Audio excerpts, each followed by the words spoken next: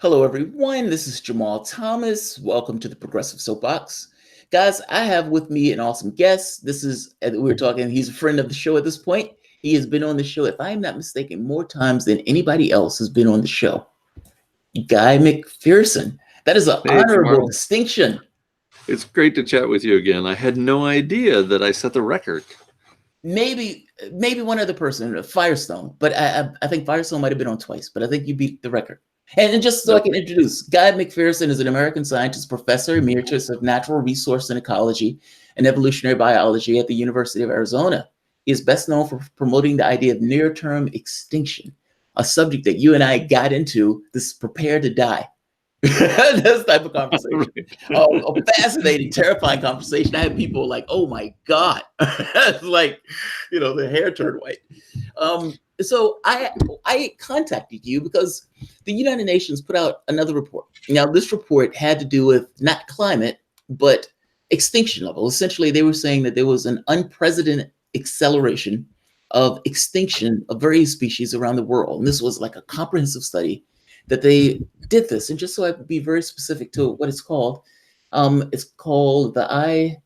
IPBES. Well, where is it? That's not it. Where's the name? The Global Assessment Report on Biodiversity and Ecology Services. I know that's an odd name, but essentially biodiversity of the planet, having all sorts of people in all sorts of fields and collaborating all that information and coming up with an assessment. Am I explaining that right? Yes, you are. And particularly telling is the last word in the title, services, because the United Nations has been writing about this issue for a long time and referring to ecosystems and their functions as a service provided to humans. And they even put a price tag on these services. So Fascinating. I used to present this information to my students in the classroom, and I'd ask them, what's wrong with this picture? And they're like, nothing, because we've all grown up in this system that says money is the only thing that matters, right? Yeah. And so I would ask my students occasionally on a test, what's the last songbird worth? If you can monetize everything, then surely you can monetize the last member of an individual species, right? Yeah. How about the last human? How much is that worth? Some of these things you just can't put a dollar sign on. The United Nations has been trying to put dollar signs on things for a very long time. And that sort of makes sense because that's what we all do. Yeah. Right. We've monetized everything, and stand-up comics have been talking about this for years. Bill Hicks, George Carlin, going back 30 years, talking about the willingness, the desire to monetize things that absolutely can't be monetized. Yeah. Not just monetizing things, the adding human experience to inanimate objects. That's always a weird thing to me. It's like you're sitting in a movie theater and there's an M&M that's dancing and running across the screen. You'd be like, this is utterly absurd. I think it's just chocolate and sugar. That thing is going to give you diabetes. And they got that thing running around like it's some kind of thing. Or it would be like, I'll give you a great one, Coke during Christmas, where they have, the horses and the chariots, and it's like Santa Claus is on a sleigh and he's drinking a Coca-Cola, and you're like, oh, that's so warm. It's Christmassy. It's a company selling you a drink laced with sugar and carbonated water. But it's like this overlay of human experience on inanimate objects. So if you can acquire that object, you can somehow be a part of the experience. It's so bizarre. But we are in a capitalistic system. You're right.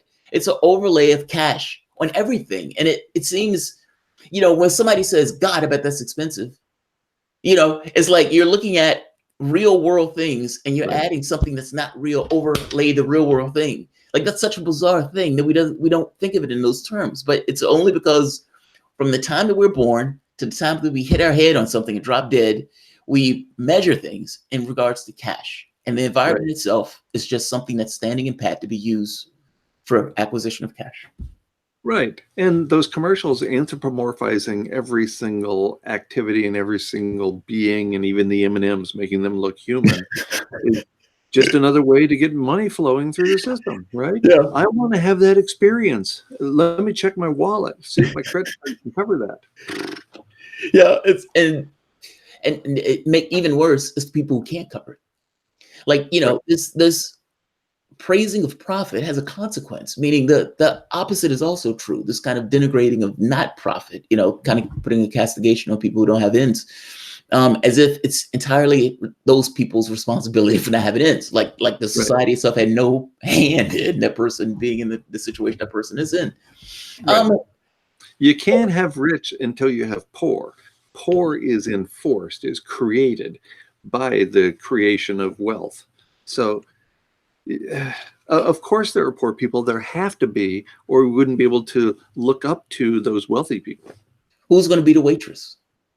Like that question right there by itself. If somebody is owning a restaurant, if there's a McDonald's, who's going to be the server? And is that server have the potential to be wealthy and rich? No, the answer is no. The only way that the person can be rich who owns the company is for the server to be poor. Like it doesn't, like when I don't know if you look at earnings reports, when companies come out with their earnings reports and they may say like, we've invested more money into workers, like paying more staff, and they're like, oh, we don't like that. And they would ding the company for that. Have you seen them do that? Like when they would increase wages or something, they would ding the company for increasing the wages of the staff. You're like, oh my God, like you get a look at the incentives. These are some weird incentives. Yeah, so imagine this. I'm sorry. No good deed goes unpunished. No bad act goes unrewarded. It's the whole system, man. The person who was there for the United States, who was representing the United States at the UN, even that person looked at this report and says, it's bad. Like that gives you this level of where this is. How bad is this? Like you came out and saying, look, just from the climate change aspect alone, take away the biodiversity, just from the climate change aspect alone, by 2030, we could see drivers of climate that we can't necessarily predict in a linear way that can take this off into, spiraling into no man's land. But from the standpoint of biodiversity, this is another angle of, look, there's something wrong. All of these species are dying off, and they're not dying off just by magic. They're dying off based on human activity on the planet in the same way that climate is being driven by human activity on the planet. This is like a wake-up call. Right. And the United Nations again underplays the severity of the situation, just as they've done with their Intergovernmental Panel on Climate Change assessments, just as they did in the October 2018 assessment that said we had until 2030 to turn this thing around, whatever that means. Well, they've changed that. The same thing with this report. This report says, for example, that up to 1 million species could go extinct. Yeah. Let's think about that for a minute. Up to 1 million species. Okay. Well, how many species have already gone extinct? According to a United Nations report, the same body, in August of 2010, human activities are driving between 150 to 200 species to extinct every day. 150 to 200 species are going extinct every day as a result. That was in August of 2010. If we just add those up using the most conservative number, 150 species a day, we got over 500,000 species that have gone extinct since October of 2010. And you're telling me that we're going to threaten 1 million species? We already drove to extinction at least 500,000 species within the last 9.5 years. The numbers are off. Yeah. And furthermore, we're in the midst of a mass extinction event. There is no doubt about it at this point. But they don't want to use that word. They don't want to say extinction. Exactly. And they certainly don't want to use the words mass extinction event. It's such a conservative scientific community out there beyond the United Nations, including all of academia, that 15 years after scientists were writing books about the 6th mass extinction event, 15 years after those books were coming out intended for the general audience, 15 years later, we finally get a paper in the peer-reviewed literature, in this case, Science Advances, I believe, in 2015, indicating that we're entering the 6th mass extinction. And then in 2017, a paper by this same initial and second author, Gerardo Ceballos and Paul Ehrlich, concluded that we're in the midst of the 6th mass extinction. A mass extinction means at least half the species on the planet are driven to extinction. At least half. And this is human behavior. There's sometimes you get conservatives, and I don't know what they're using for this. It's like, if you're not using the scientists, what are you using in order to come up with this notion that it's not taking place? But even if you take the climate out, this just seems, I don't understand. And this gets to this issue of putting a price tag on everything. Because when you look at through the lens of dollars, you may say to yourself, okay, this is going to be expensive, but it's not expensive. It's calamitous for human life. There's a difference in Yeah. those things. Like the notion of expense doesn't factor into it unless you factor, expense going into infinity, which doesn't really mean anything in the context of Right. human life. Like I think that's the part that's mind blowing about this. You have the scientific bodies from all across the earth come together. And it's conservative to some degree because you have to have all these guys agree. But even to the degree that they agree, it's like, oh my God. Like, think about that. Like, even on a conservative level, to when you say, all right, all of these scientists had to agree on this particular paper, including places like the United States that is essentially beholden to oil and gas companies and don't necessarily want to have this stuff conversation. Even they come out and say, yes, this is problematic. Exactly. I mean, Exactly. that's mind blowing. So let me run a couple of numbers for you. They say the latest report from the United Nations indicates that up to 1 million species will go extinct. Well, according to the same body, the United Nations, we've already driven to extinction at least 500,000 species in the last 9.5 years. And a mass extinction event is characterized by at least half the species on the planet going extinct. So let's compare that 1 million species to the current mass extinction event that we're already participating in right now. There's somewhere between 8.7 million and more than 1 trillion species on Earth. There's a paper in the Proceedings of the National Academy of Sciences, May 24th, 2016, called Scaling Laws Predict Global Microbial Diversity. And here's the last line of the abstract. We predict that Earth is home to as many as 1 trillion microbial species.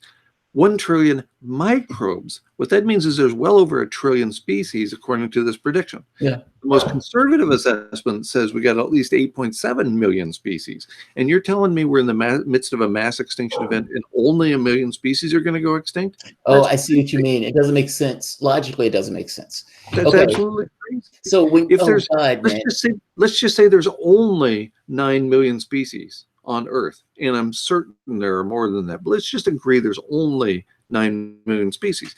A mass extinction event means at least half the species go extinct. That means at least 4.5 million species have to go extinct. Not 1 million, but 4.5 million minimum. So this 1 million is just utter distraction to alarm people that extinctions are going on, but to downplay the impacts it will have on us, our favorite species.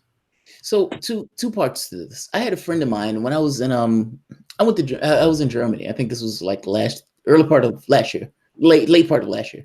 And one of the gentlemen that I ended up with, the guy was a subscriber. He said, "Hey, let's get something to drink." And so we hang out that night, drinking and smoking. He ends up being a microbiologist, and he tells me during the conversation, he says, the microbes on Earth are dying off. And I was like, what do you mean? He says, they're dying off. He says, you can look at the measurements. They're very clear. He says, we're screwed. And in a very clear, unequivocal way, the guy teaches people. He was so good at his job that they brought him over to Germany in order to teach their doctors. This is not some random guy. He's clearly in this thing. And he is essentially literally saying the exact same thing that this research has been saying. Like, that's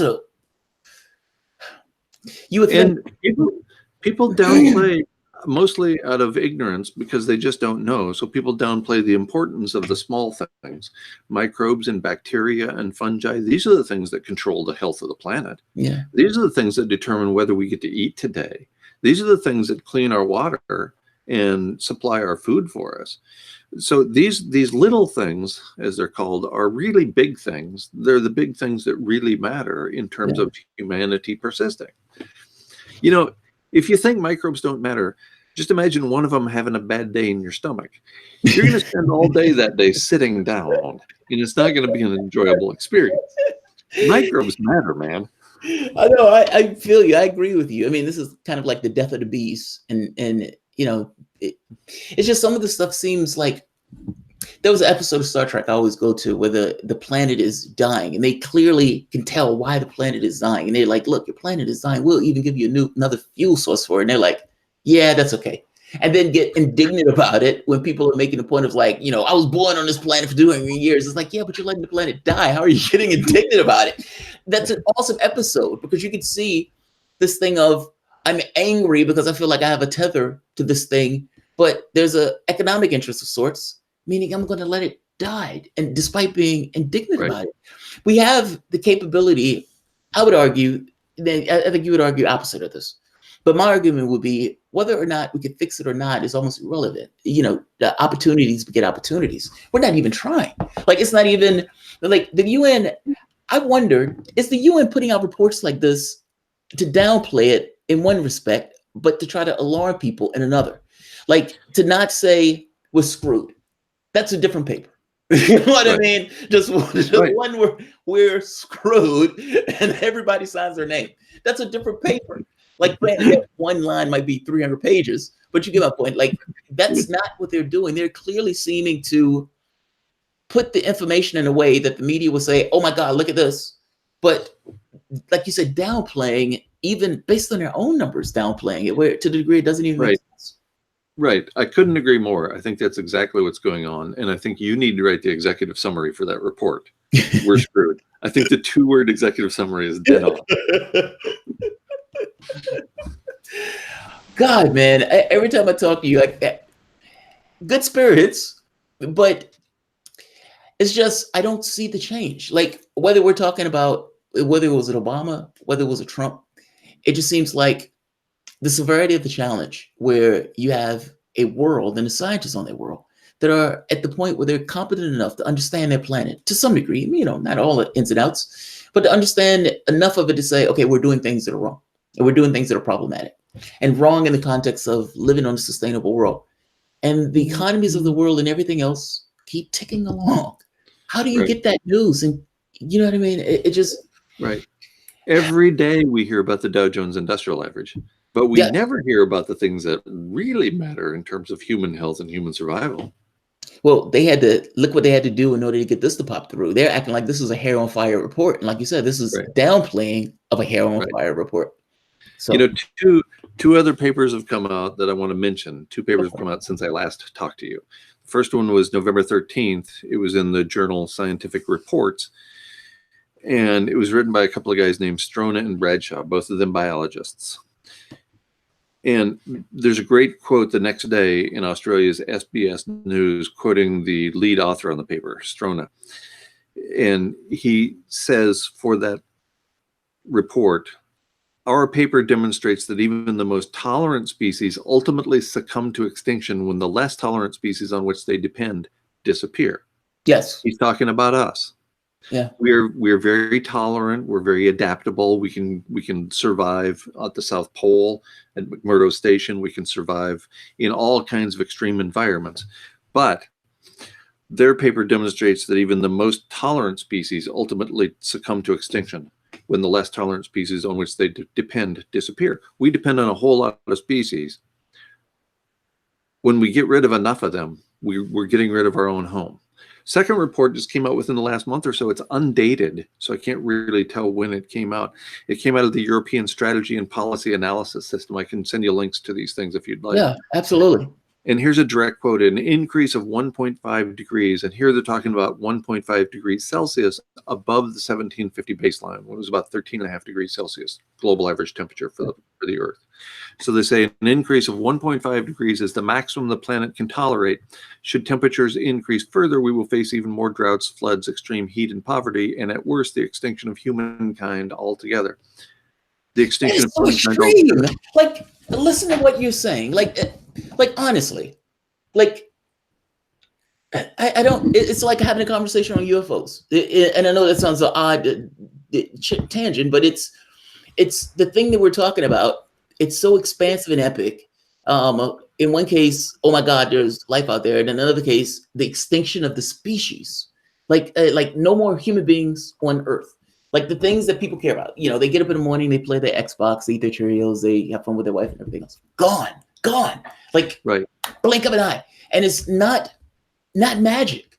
You know what I mean? Like, this is mind-blowing to me. And you have political leaders. Like, how do you have a political campaign that comes out and says, I'm going to take the centrist position on this? That's a radical idea. Like Earth is at stake.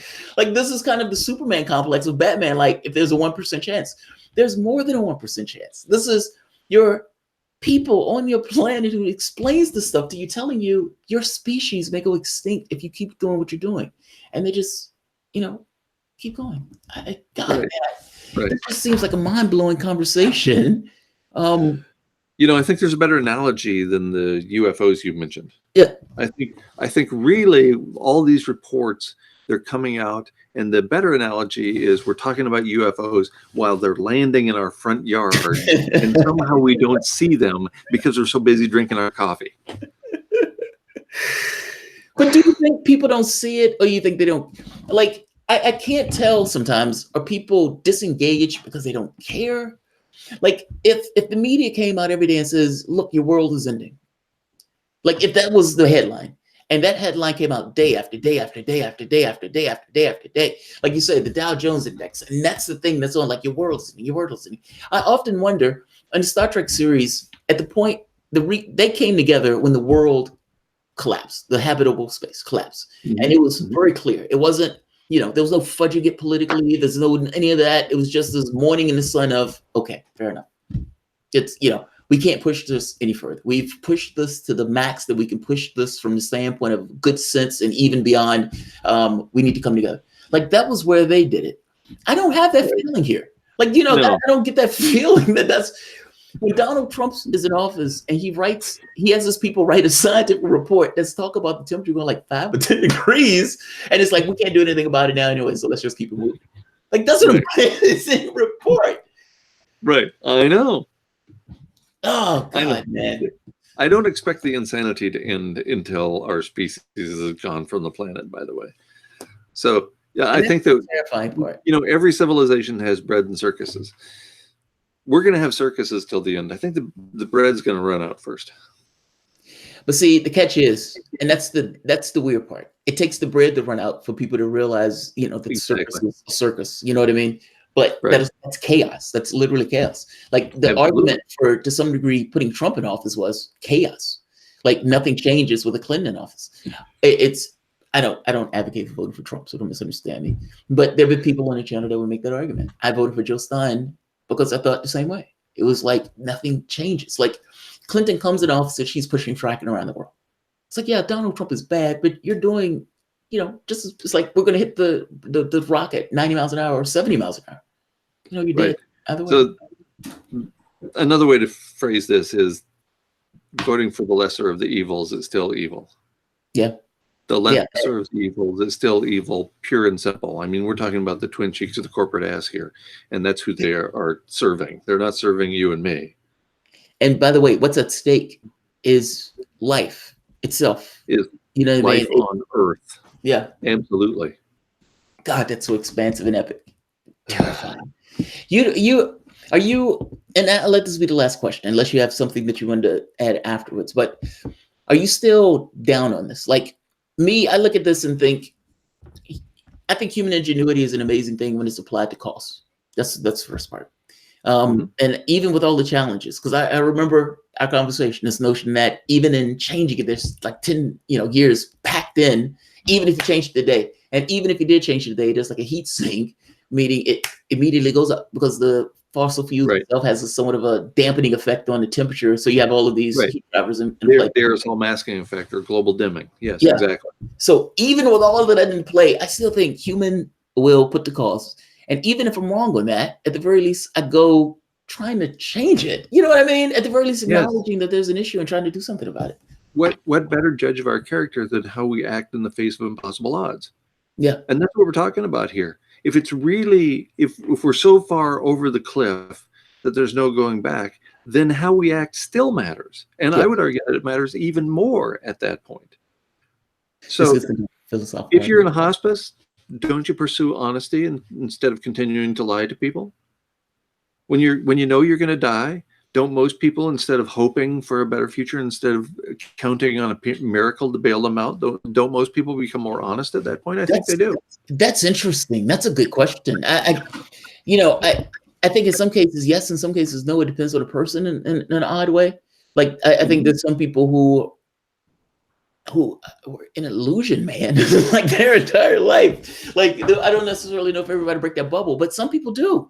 Who's the Republican who was a hatchet man for the Republican Party. He ends up getting sick at the end of his life, and he goes apologizing the people who he essentially just brutalized throughout the course of his life for, in political circles.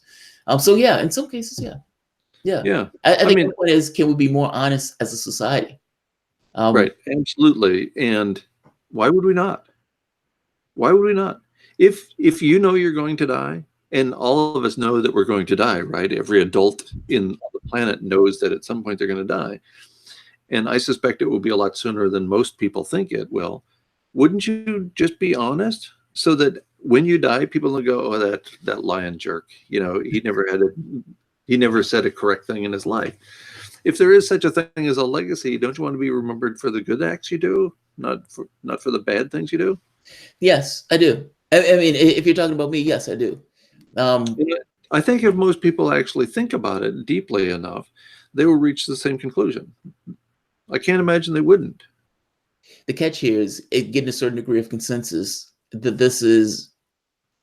See, I don't think you ever can touch climate without dealing with needs.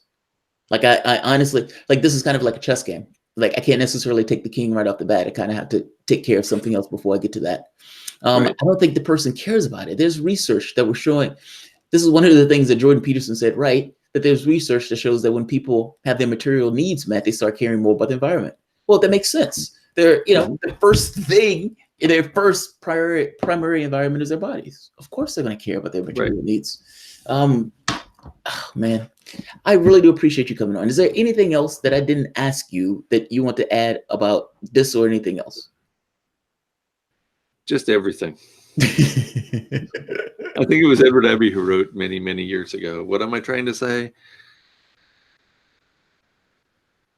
The same as before. Everything. Nothing more than that. Nothing, just everything. That's all I'm trying to say. Thank you for the chat today, Jamarl. I very much appreciate it. Yeah, man, I appreciate this.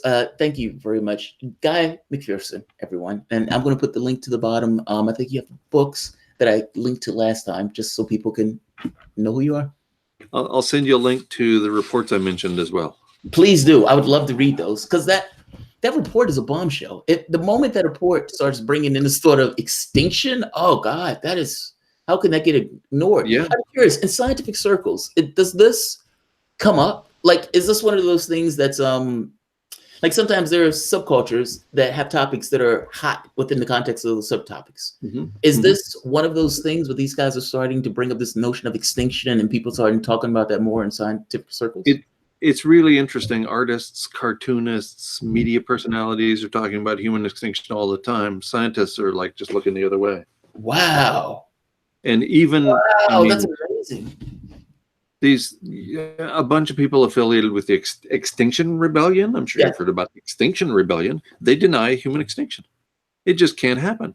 I'm like, why are you doing this then? What are you making such a big deal? Wait.